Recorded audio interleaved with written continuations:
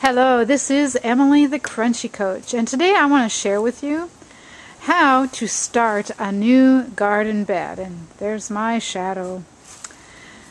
It's in the morning and the December sun is right behind me, so we're looking at my shadow. But this is a very small area. I can't remember exactly how many square feet it would equate to total, but I'm going to say probably not more than 24, and that's probably a little bit too much. But it's enough to, if you're intensive gardening, to grow a good bit of plants, and that is my sun's shadow there. Now, I am in North Texas, so the first thing we want to do when we build a raised bed is we want to dig up the existing soil down to about, I'm trying to undo, there we go, to about 4 inches. Let's see, I've got cardboard, there we go. So the existing soil, you want to kind of loosen up down to about 4 inches if you're in an area that has a lot of clay, like we do in North Texas and also a lot of Oklahoma. And I've got leaves sticking to me and everything else. So, you start out by loosening the existing soil at the bottom. And now Benjamin is going to help me. He's going to be my Vanna White. Okay, Benjamin, pick up that bag. Show them, okay, hold it like that. Alright. So this is a bag of blood meal, and all of these amendments I'm showing you can get at any nursery. Blood meal is a very good source of nitrogen, so you want to sprinkle some of the blood meal on top of the soil after you've loosened it. Okay, now put that down and pick up that one. Another great amendment, this is kind of optional, but another great amendment to use is dry molasses. And dry molasses attracts a lot of the beneficial microorganisms in the soil, and it brings them up to the surface to start breaking down everything into that nice, rich humus and composty soil that you want to end up with to grow your plants. And another amendment that I use, that one's heavy. This is horticultural cornmeal. That prevents a lot of different fungal and other kinds of diseases that plants can get.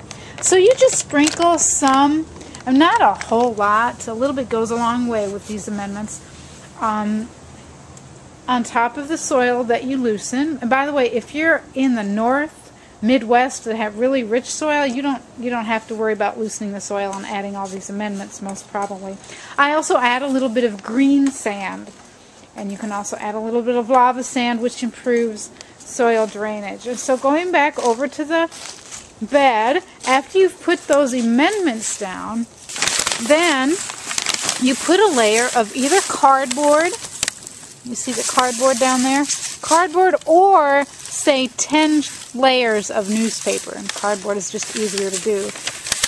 Then you wet the cardboard, wet it really well with a hose, and next you can kind of improvise, but the easiest thing to do, and since this is North Texas in December, right now we have a lot, this is our time of year to have a lot of leaves, raked up leaves. So I have a mixture here of leaves and grass, which is just perfect. I mean, you just pile it on, because this is going to break down all, it's getting near, around probably 8 inches of material piled up. By the time all is said and done, it'll be like 2 inches after about 6 months to a year, depending on how much rain we get, whether I decide to wet it. But it'll decompose and go much. So see, here's where the ground is, and here's how high I've piled it up. You can tell with all the shadows. So it's quite a pile of grass and leaves, but it is perfect because you've got your carbon source, which is the leaves, you've got your nitrogen source, which is the grass, and the combination will act together to help it decompose more quickly. Now you can also use straw. Straw is a good material. You can